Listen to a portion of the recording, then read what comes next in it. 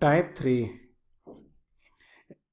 Three को इस तरह से समझ सकते हो, आप जब शॉप में गए तो शॉप में किसी भी प्रोडक्ट का प्राइस है 2500, प्राइस है 2500, टैक्स जो है लगाया जा रहा है 500 का, टोटल जो है कॉस्ट, टोटल कॉस्ट जो आ गया आपका 3000। लेकिन आप चाहते हो क्या कि भैया आपको टैक्स लगाना है तो लगाओ, बट प्राइस रिड्यूस कर दो, और प्राइस इस तरह से रिड्यूस करो कि फाइनल प्राइस जो है 2500 ही आए। या कहने का मतलब ये कह सकते हो कि आप जो है, हम टैक्स नहीं देना चाहते, हम फाइनल प्राइस जो है 2500 ही देना चाहते हैं। आइदर आप टैक्स को हटा दो या फिर प्राइस में ही इस तरह का रिडक्शन करो कि टैक्स लगाने के बाद भी 2500 ही आए। ठीक है, क्वेश्चन क्या कह रहा है, Reena goes to a shop to buy a radio costing ₹2568, cost of radio is equal to 2568. The rate of value added tax VAT in percentage is equal to 7%. She tells the shopkeeper to reduce the price. Reena जो है shopkeeper को कहती है कि आप price जो है reduce कर दो, ठीक है, to such an extent, price इतना रिड्यूस करो कि फाइनली उसको पे करना पड़े, फाइनली उसको पे 2568 ही करना पड़े। ठीक है, फाइनल सेलिंग प्राइस ऐसा ही हो।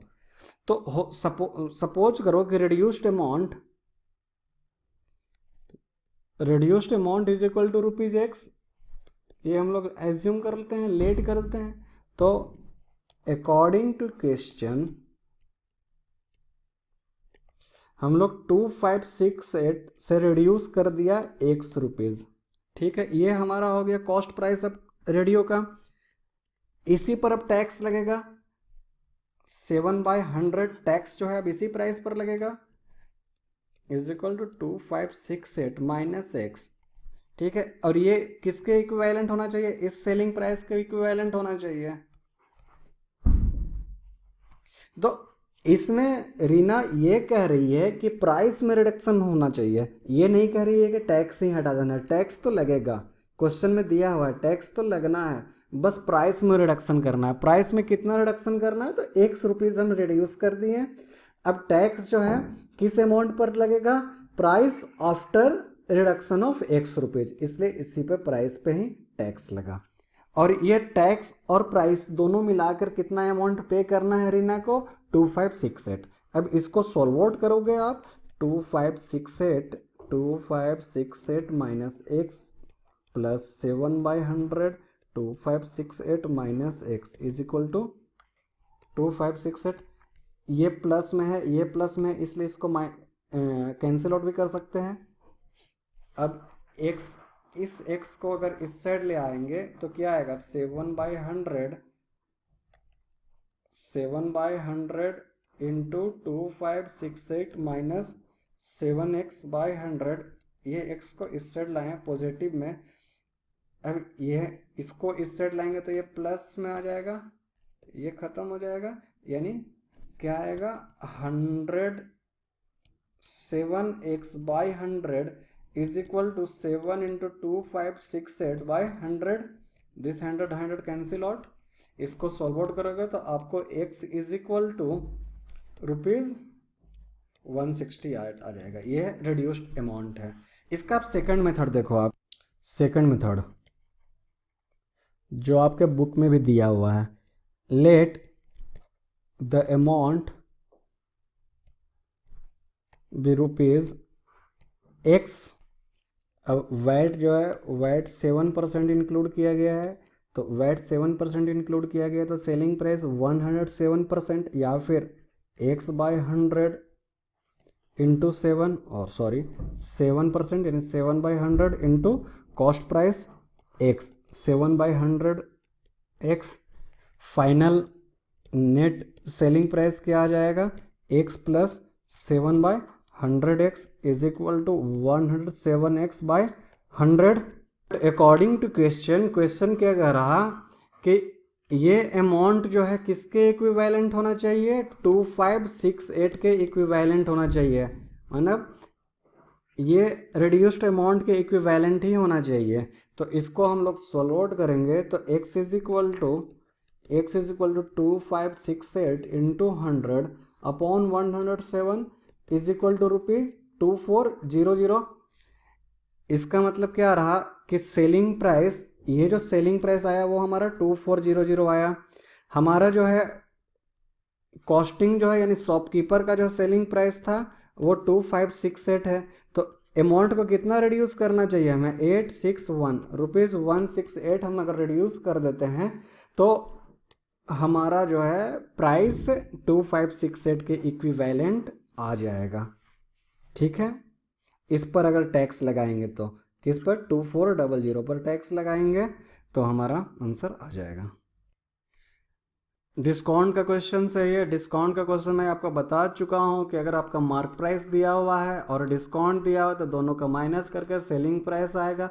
अब जो है इस सेलिंग प्राइस पे हम वैट लगाएंगे, ना कि इस मार्क्ड प्राइस पे। Okay, Sarita buys the goods worth ₹5500। तो क्या है कॉस्ट प्राइस अभी हमारा, buys the goods worth rupees, या फिर कह सकते हैं मार्क प्राइस क्या है अभी, mark price is ₹5500। She gets rebate, rebate means what, discount. Discount कितने का मिलता है, 5% का।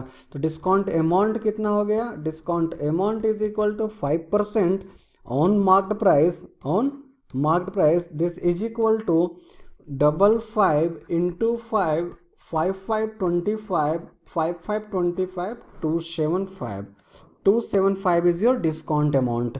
तो फाइनल अमाउंट क्या आ गया आपका, फाइनल सेलिंग प्राइस क्या आ गया, 5500 माइनस 275 इज इक्वल टू ₹5225। ठीक है, अब वैट जो है, वैट कितना परसेंट लगाया गया है, वैट इज चार्ज्ड 5%। तो 5% ऑन दिस अमाउंट और this amount, on this amount after discount. Discount के बाद क्या आया है, ये आया है।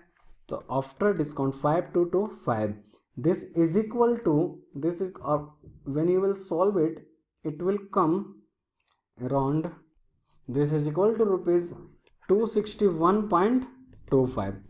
अब वैट का पर अमाउंट हमें आ गया और फाइनल जो है सेलिंग प्राइस आ गया। तो नेट सेलिंग प्राइस क्या आया, net selling price this amount plus 261.25 is equal to ₹5486.25 is your answer. ये थोड़ा सा अच्छा क्वेश्चन है, क्वेश्चन इजी है। Shruti bought a set of cosmetic item. Shruti ने पहला चीज क्या खरीदा, cosmetic item. Cosmetic item purchase किया जिसका प्राइस जो है ₹345 है इंक्लूडिंग टैक्स। इसका मतलब क्या कि कॉस्मेटिक आइटम का कुछ लिस्ट प्राइस होगा और फिर जो है वैट अमाउंट एड अप किया गया होगा। ठीक है, इसका मतलब तो यही हुआ। अब जो है श्रुति ने, अच्छा वैल्यू एडेड टैक्स है इस पर 15%। ठीक है, ये याद रखेंगे कि 15% का जो है इस पर एडिशन किया गया है। उसके बाद पर्स खरीदा है श्रुति ने। पर्स जो खरीदा है वो 110 रुपये में खरीदा है। इसमें भी क्या है, इंक्लूडिंग वैट, यानी कि पर्स का भी कुछ लिस्ट प्राइस होगा और उस पर फिर वैट का अमाउंट चार्ज किया गया होगा। ऑलराइट, इस पर जो टैक्स इम्पोज किया गया है वो 10% है। तो दो इक्वेशन है, दोनों इक्वेशन के हेल्प से हम लोग लिस्ट प्राइस कॉस्मेटिक आइटम का ही निकाल लेंगे और पर्स का निकाल लेंगे। निकालना ही पड़ेगा। क्यों निकालना पड़ेगा, क्योंकि what percent is the VAT charge on the whole transaction. Whole transaction में जो है कितना वैट परसेंट यूज किया गया है, चार्ज किया गया है। तो होल ट्रांजेक्शन में कितना वैट यूज किया गया है उसके लिए हमें क्या मालूम होना चाहिए, हमें मालूम होना चाहिए initial cost, initial cost and final cost. अब क्या करेंगे, इनिशियल कॉस्ट और फाइनल कॉस्ट का डिफरेंस लेंगे, कॉस्ट माइनस फाइनल कॉस्ट का डिफरेंस लेंगे अपॉन इनिशियल कॉस्ट इंटू 100 करेंगे तो हमारा वैट का परसेंटेज कितना चार्ज किया गया वो पता चल जाएगा। हम लोग एक एक का लिस्ट प्राइस निकालते हैं। तो 345 कॉस्मेटिक आइटम का निकाल रहे हैं, 345 plus list price, VAT is 15%, 15% on list price. This implies list price is equal to, जब हम इसको कैलकुलेट करेंगे तो लिस्ट प्राइस हम कैलकुलेट कर चुका हूं मैं, आपका list price is equal to ₹300 आएगा। ठीक है। और अगर बात करें पर्स का, तो पर्स का फाइनल प्राइस ये है, list price plus 10% on list price ही होगा। इसको जब आप कैलकुलेट करोगे तो लिस्ट प्राइस आएगा ₹100। ठीक है। क्रॉस चेक करना चाहते हो तो आप क्रॉस चेक कर लो। 100 रुपये पर अगर 10% का वैट लगेगा तो 110 रुपया हो जाएगा। 300 रुपये पे अगर 15% का टैक्स लगेगा तो 345 हो जाएगा। 300 रुपये पर इन्हें ऐड करेंगे 15% का टैक्स, 15% ही पूछ रहा, 15% का टैक्स ऐड करेंगे तो 300 plus 345 is equal to 345। Cross check भी हो गया, दोनों को क्रॉस चेक कर लिए।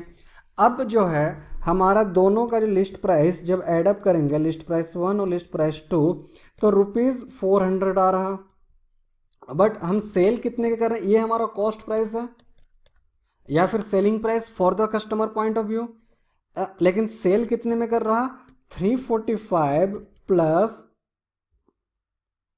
1110 इज इक्वल टू रुपीज कितना आएगा, दिस इज इक्वल टू 455।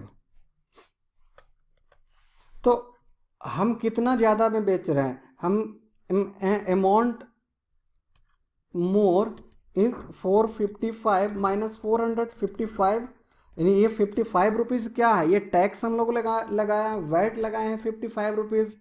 तो ये वैट अगर परसेंटेज की बात की जाए परसेंटेज में, तो VAT percentage is equal to VAT जिसका हम परसेंटेज निकालते हैं वो न्यूमरेटर में upon initial cost is 400 into 100, VAT amount is final minus initial, this is equal to 55 upon 400 into 100, 4 times is equal to 13.75% आपका आंसर हो गया। ठीक है ना।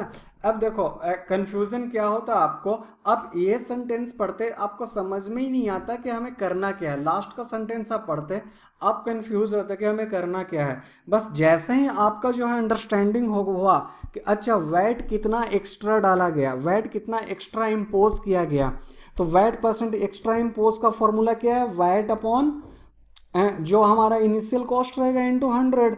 तो हम लोग जो है पहले लिस्ट प्राइस निकालेंगे, मतलब प्राइस बिफोर टैक्स और फिर प्राइस आफ्टर टैक्स, दोनों को कैलकुलेट करेंगे, वो हमारा आंसर हो जाएगा। हम ऐसा नहीं कर सकते कि ये 15% और ये 10% दोनों एडअप कर दें।